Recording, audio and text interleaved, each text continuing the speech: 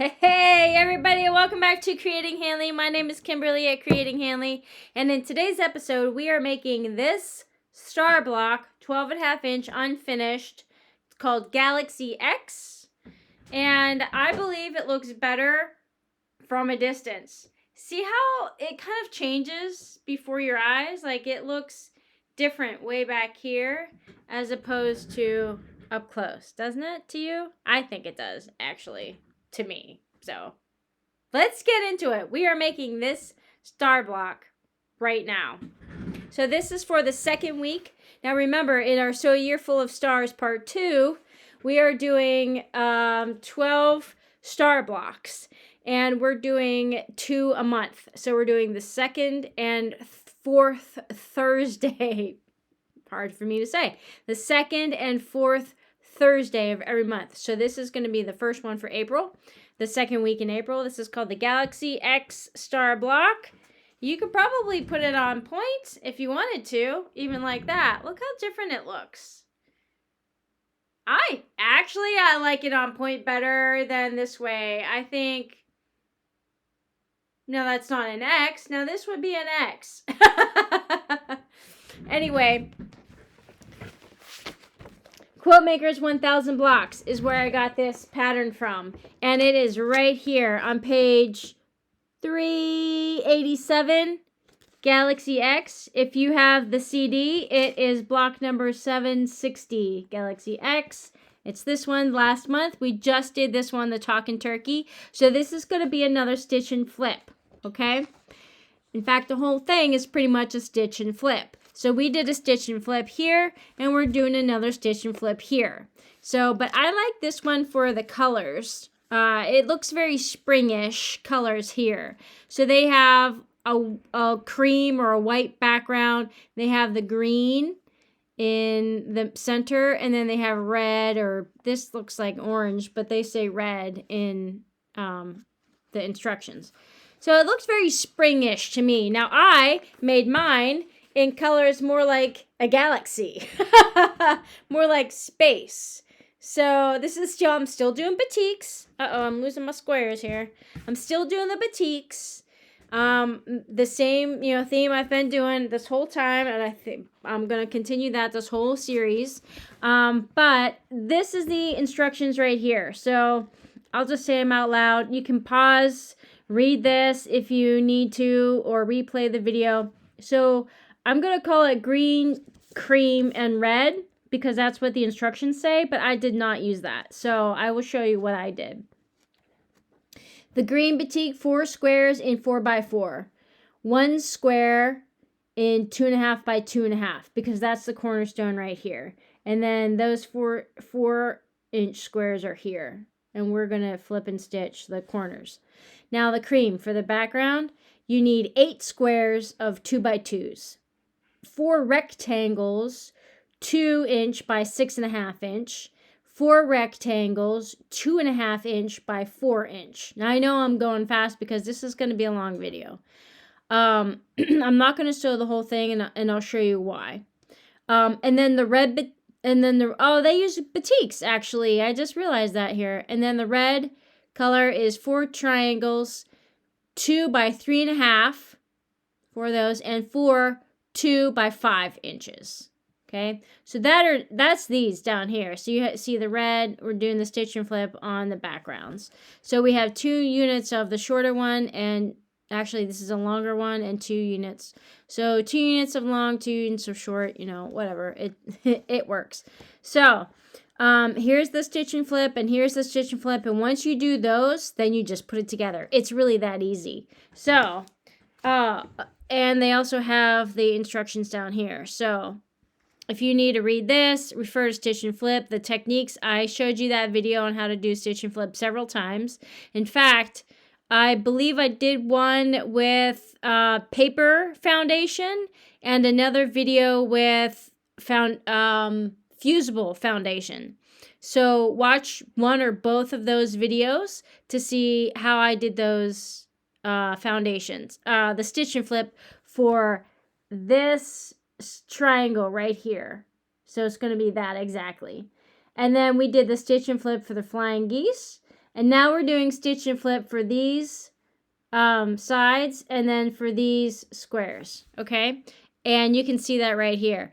These are the units, and then so they correlate to these sides right here.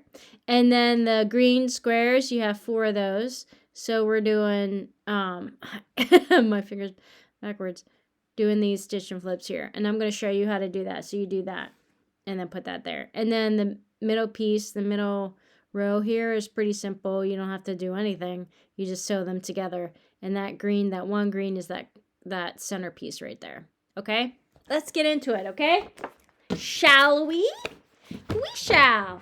And mine is a little bit wonky. It's a little bit twisted. It comes out to 12.5 inches, but not quite. I did have to trim on 2 sides, and the one side, it's a little bit short. Just a little bit short. But it's me.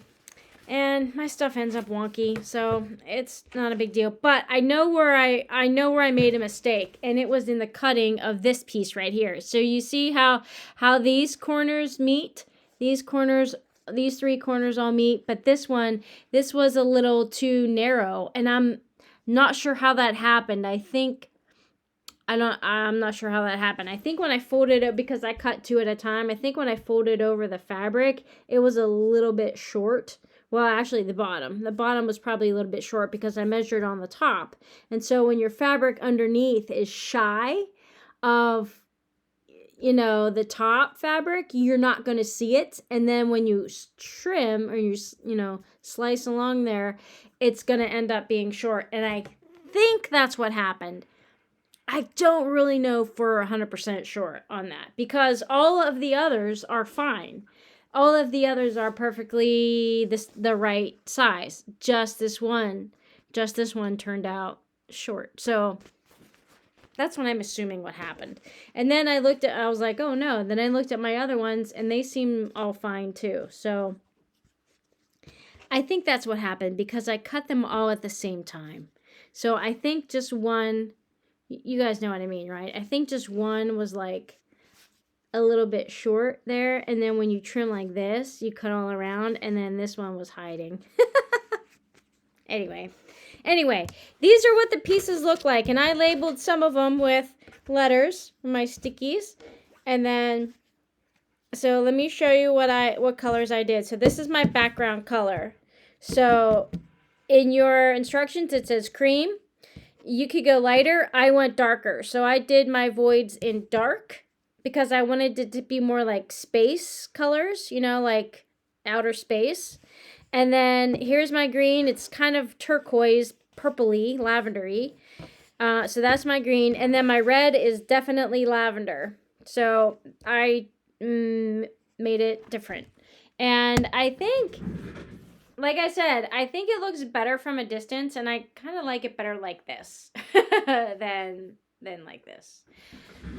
So, now, the reason why I'm not gonna be able to finish this is because my thread, I'm losing thread on here. So you can see, whoa, maybe you can't see. Let's show you this way. See, I don't have a whole lot of thread left on my spool. So, I'm only going to be able to, oh, and it's really grainy. Oh, let's turn on a light. I'm only going to be able to take it, there we go, to as far as that runs out. And then when that runs out, I'm done. So I'm not going to go any further than that. But I would just instruct you on how to finish it. Okay, so I'm going to take you back down here because this is a more solid surface. And we need a pencil. We need a straight edge. And so once you have all these cut, that's pretty much all you need because we're going to do a lot of stitch and flip. So let's take you right down here. We're going to start with the big squares. So you want to grab your 2x2s in the background color. And I already hear my cat, so she may come in. I bet she has a toy because it is bedtime. It's actually midnight. right now, and I bet she's telling me it's time to go to sleep. And she always brings me a toy. So here is my, I'm going to use this side. Now remember, I have batiks, and these batiks, sometimes it doesn't even matter which side you use. Use whatever side is prettiest to you, whatever side looks the best to you. Because, I mean, when you look at it, it looks exactly the same. So just use whatever you think you want. Okay. So I'm going to take my backgrounds, and I'm going to place face side down in one corner, and then I'm going to place another face side down in the opposite corner.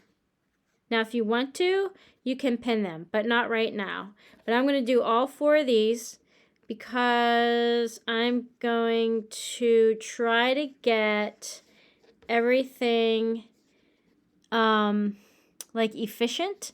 So it's best if you do one thing at a time. So you put all these down at the same time, and then you draw all your lines, and then you do all your sewing, and then you do all your cutting, instead of doing this one unit all the way through and then doing the next unit all the way through. You see what I'm saying there? So we're just going to put these down, and you can see these corners meet. They come together right like that. That's not super important, but it should be able, your squares, if you're out, everything is squared up, it should come together just like that. That should be squared up. Okay.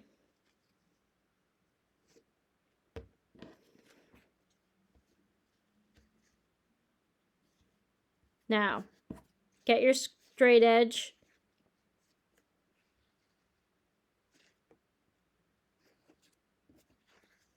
So what we're going to do, just like we've been doing with every stitch and flip, we're going to be replacing these corners.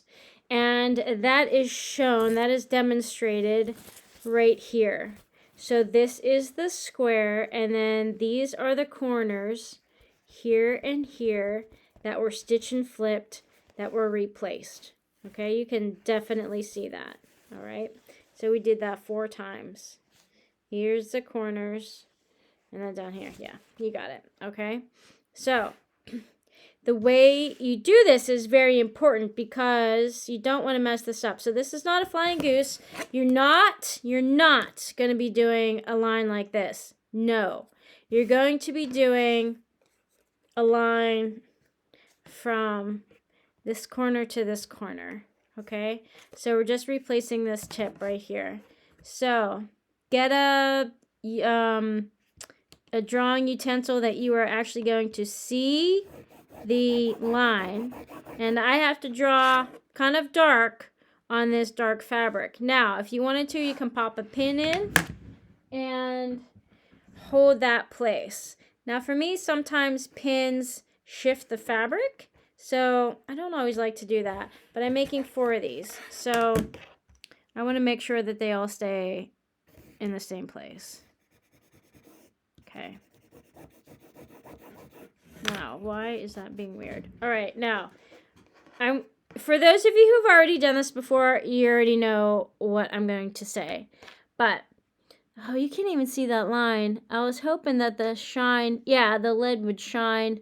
And you can see the lid shining a little bit. Now, you want to draw from this corner to this corner. Okay, so if you look at your square, you want to draw from this corner on this side to this corner on this side. So you're not doing corner to corner, no. You're doing from the long side to the other long side.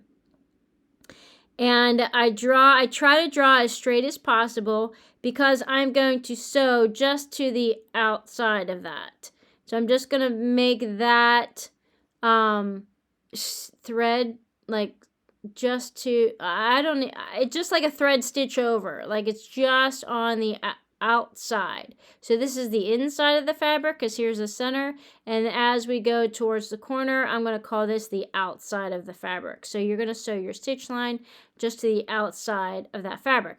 And that gives space so when you flip this over, it's not, this part is not short. Okay. I have said that so many times in so many different videos, but I'm just repeating myself just so you know what's going on. Okay, especially if you're a beginner. If you're a beginner quilter, this looks intimidating, but it's not.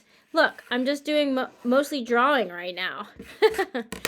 So, I gotta pick up the pace, otherwise this is gonna be a super long video. Okay.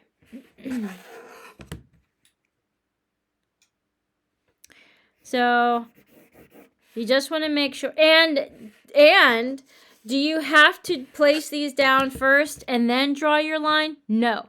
You can draw your lines first on all 8 of these little 2x2s if you want to, and then when you place them down, you just place them down in the appropriate place, in the appropriate direction. So, for example, if I draw this line this way, I'm not going to place it like this because then I'm going to sew like this, and that's going to be a mistake. So if I draw my line, I have to be careful how I place this piece down, and I align it on this corner exactly, just like that. Okay? You got it. All right, now one more. Oops.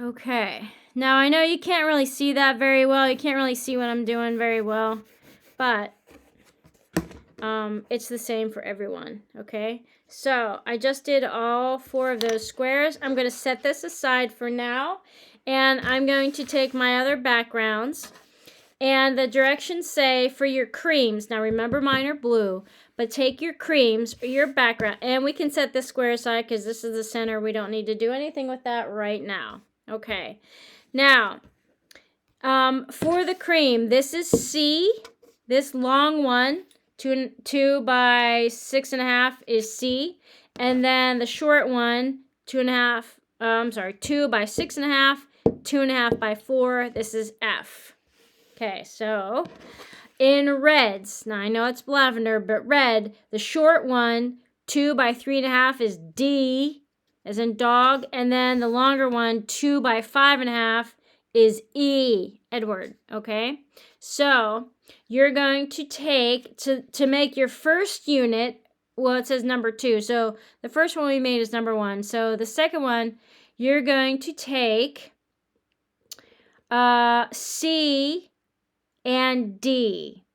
So the D in the red is 2 by 3, so I'm going to take this one and 2 C's. Okay?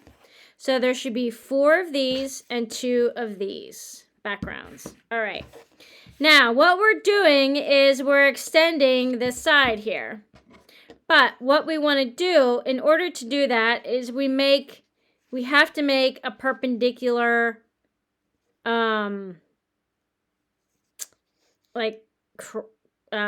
cross here. We want to lay the fabric perpendicular. So we don't want to do this because this isn't going to be right. We're making an angle right here. So if I were to place a straight edge here, pretending that's my stitch line, holding that down, when I open this up, now that purple continues along the same line as the background. Do you see that? Let me see if I can get that in a little bit closer for you. Okay, so we're going to do the stitch line here, and then you fold this over your stitch and flip. And this continues that line, this line a little bit longer, and now we have this decorative angled piece right there. Okay, so when I draw my line, that's exactly what I want to do. Keep that in mind.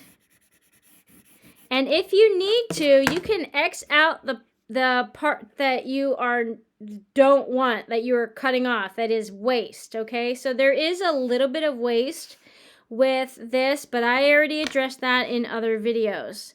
It's not super horrible because you just add another stitch here, you cut between those, and now this becomes a half square triangle, much like these are, just like this. And now this becomes a postage stamp project, which, if you saw the last video, it's the postage stamp, oh, it was a really long name. Postage stamp, what did I call it? Scrappy, crumb, quad, something or other. Yeah. So, and again, if you want to pop a pin in, you can do that as well. Okay. So, that goes there. Now, same thing with here. This is face side up. You're going to place this face side down. And let's see, face side down. And draw your line. Now, if you draw the wrong line and you sew on that line, when you finish and you try to flip it, you're going to see what you did wrong. All you have to do is rip those stitches out and redo it. Now you know your mistake. It's not a big deal. Yes, it does add a little extra time. Yeah. Is it a little bit of a headache? Probably. But you learned a lesson there, and now the rest of the project is going to be easy. I'll tell you that. It'll be easy. Okay. So,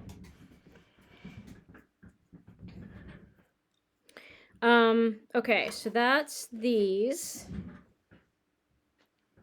And for the next unit, this is unit 3, we're going to take the same C's in the background. And also, we can set these aside because we don't need to use these F's right at the moment. These F's and this corner piece go together.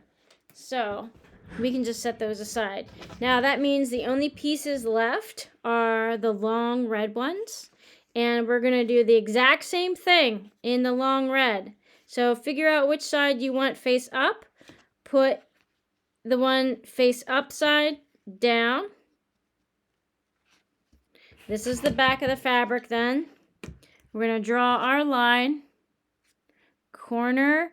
Now this is not in a corner, okay, of this fabric, but it is in the corner of this bottom fabric.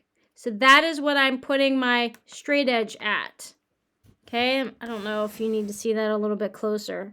So I'm putting my straight edge, and you can see I'm a little bit off, and I'm a little bit off because the tip of my pencil is dull. And that dullness takes up that whole space right there in the corner, okay? So that is why I have put my straight edge in the place that it is. And when I flip my fabric over, you can see that's exactly perfectly lined up on the corner. And it's perfectly lined up, continues this line and this line, okay? With a little decorative angle. So that's how you do that. All right, we're going to do the same thing down here.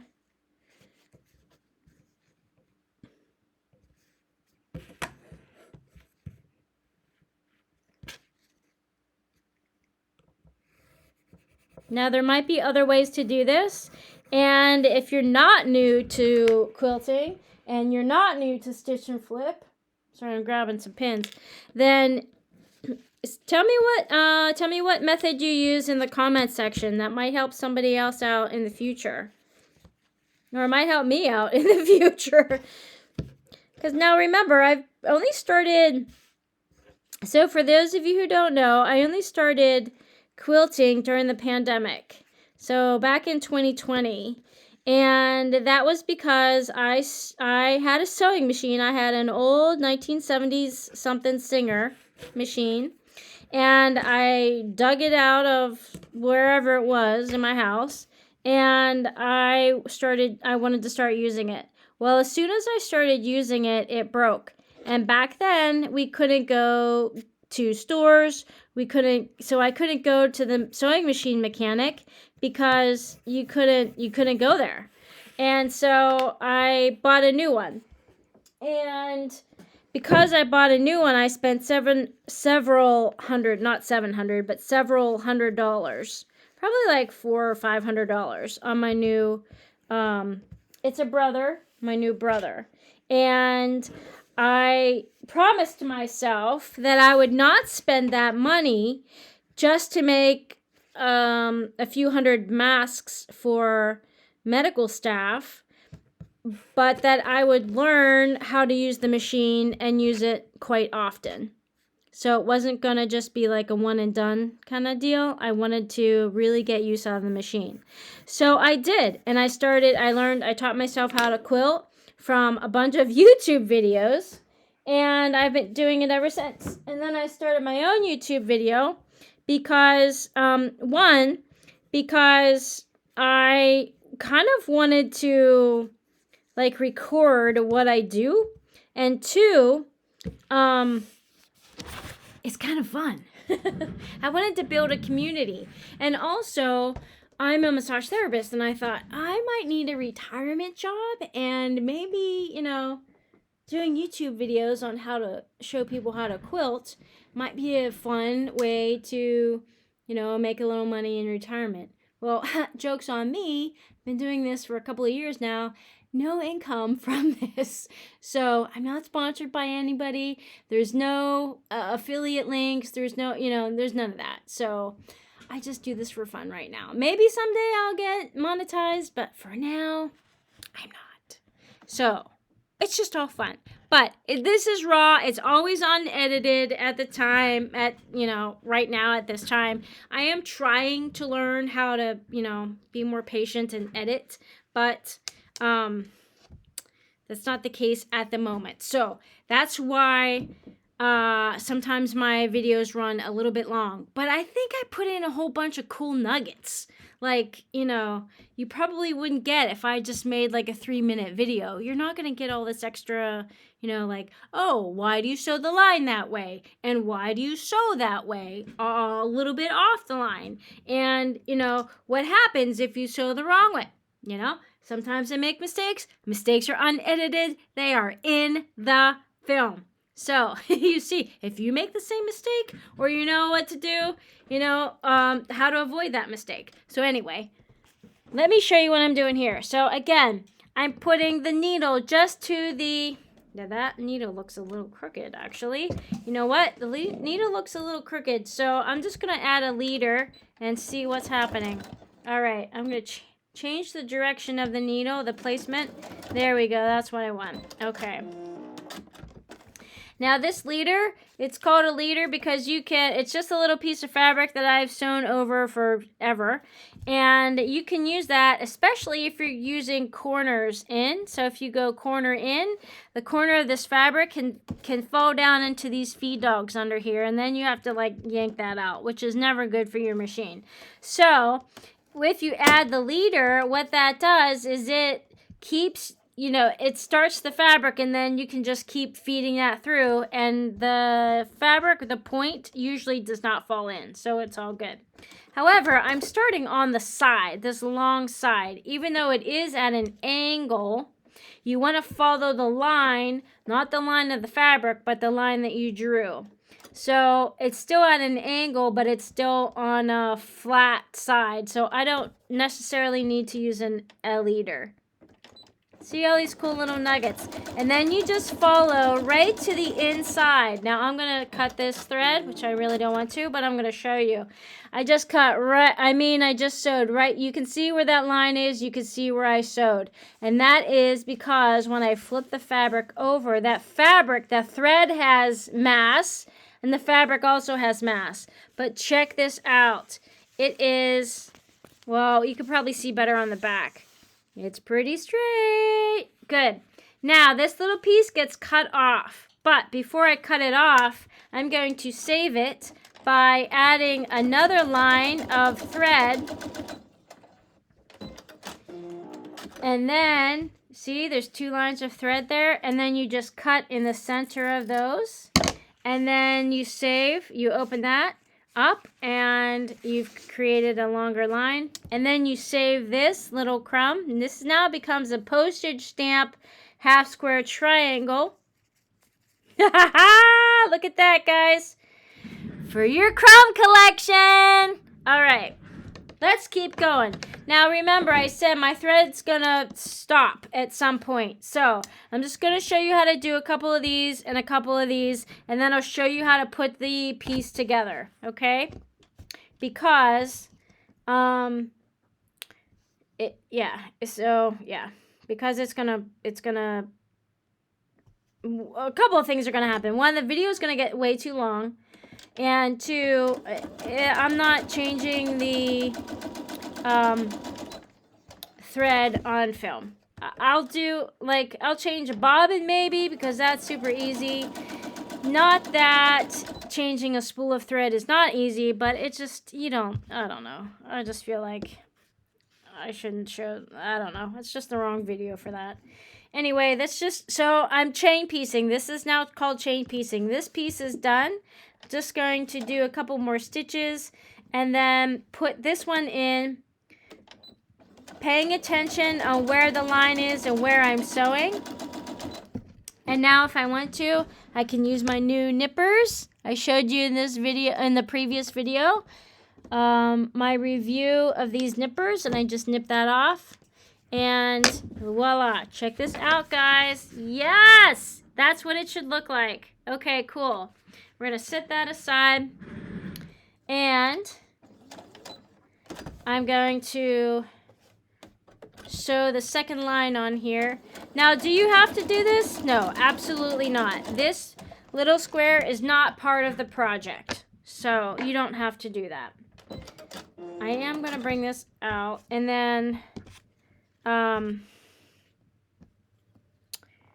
going to do this one, and then we're going to do a square.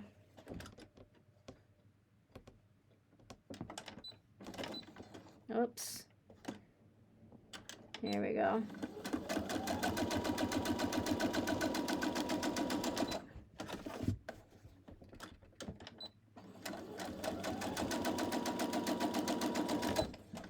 Okay.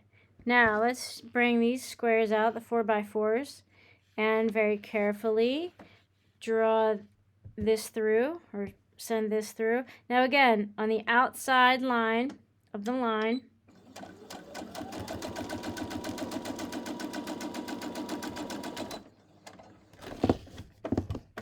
and I'm going to do the same thing with this little half square triangle over here. I'm going to create a new little half square triangle,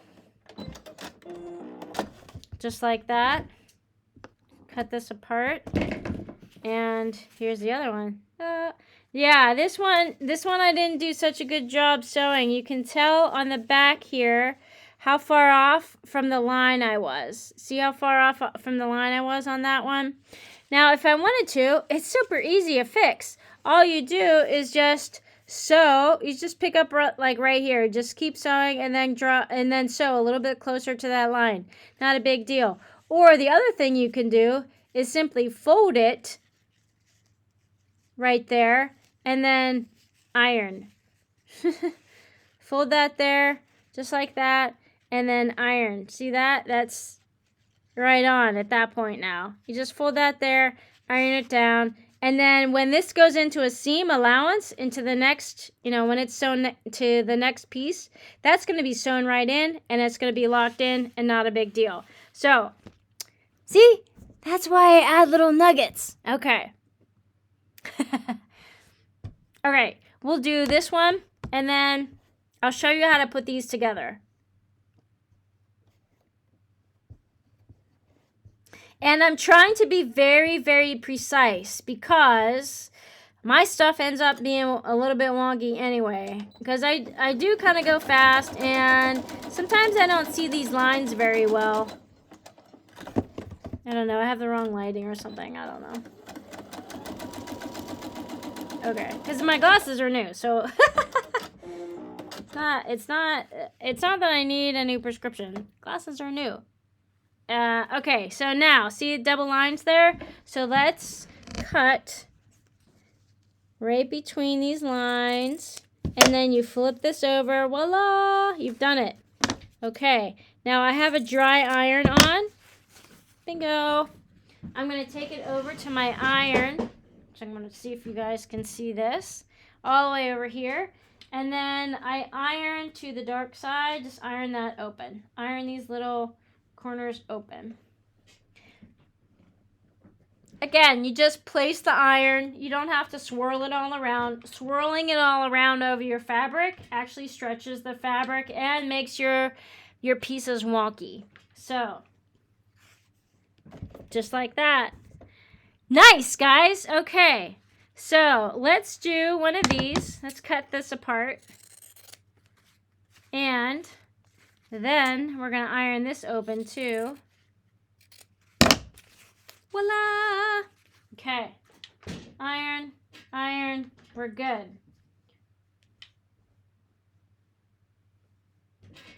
Okay. I just want to show you. I ironed this one that I said that was cut wrong. See? And it looks perfect. So you can just iron that open, and once it's locked into the next piece, that seam allowance, you're golden. All right. Now, let's bring it over to the crafting table and note all the pieces are sewn together. You saw what I did. So we're just going to do this mock-up, okay? Now we're going to take these. So we have a longer version and a shorter version. If I bring these close, right? The longer version goes on the sides and the shorter versions go on the top and bottom. Now, the correct placement is the longer background opening goes up and the V goes into the center. Okay? Same with the longer side. This goes on the outside. This goes on the inside. So it goes like this. Okay. Like that and like that. Let's build out the center here. Now, let's grab these. We have our centerpiece. We're going to grab our Fs. And they are super easy. They just radiate out from the centerpiece. This is super easy, guys. I love it. Okay. Now, I don't have all these done, but these pieces go like this. So you want to have your colorful fabric points going outside and inside towards the corner. If your piece goes like this, that's incorrect. Okay? So you want to rotate your square, your 4-inch square around so that the original color goes, and I'm going to actually do it this way because that's a pineapple. Color side to the out and color point to the inside. And then the background touches here and background touches here. These pieces, okay? So these should be the same. All right. Now, again, I did not sew these, but I'm just going to place them down. Okay? So that goes here. Oops. I lost one. That goes here, and this goes here. Awesome. You see how this is coming together, right? Yes, you do. Okay, now, short piece goes here. It looks terrible, I know, guys. I know. And the long piece goes here. Okay, so now this is exploded. Now what I would do is push these pieces are done. These units are done. Push them out to the side. I don't know how I can make this a little bit bigger so you can see it. Now, take these 3 rows. So you want to flip face side together. So your 1/4-inch seam allowance, open this up. So this face side together, 1/4-inch seam allowance. Now this becomes a row. Now you want to do the same thing here. Add the 2 sides to the center square. That is now a unit. So we have 3 units done. Here's a 4th unit on the bottom, done. The only one left to do is this one. Add this here, 1/4 inch seam allowance. Add this here, 1/4 inch seam allowance. Now this is a unit. Okay? Nice. Now you can start. Now what I did is I put the center units together. So I had these 2 rows together, this row together.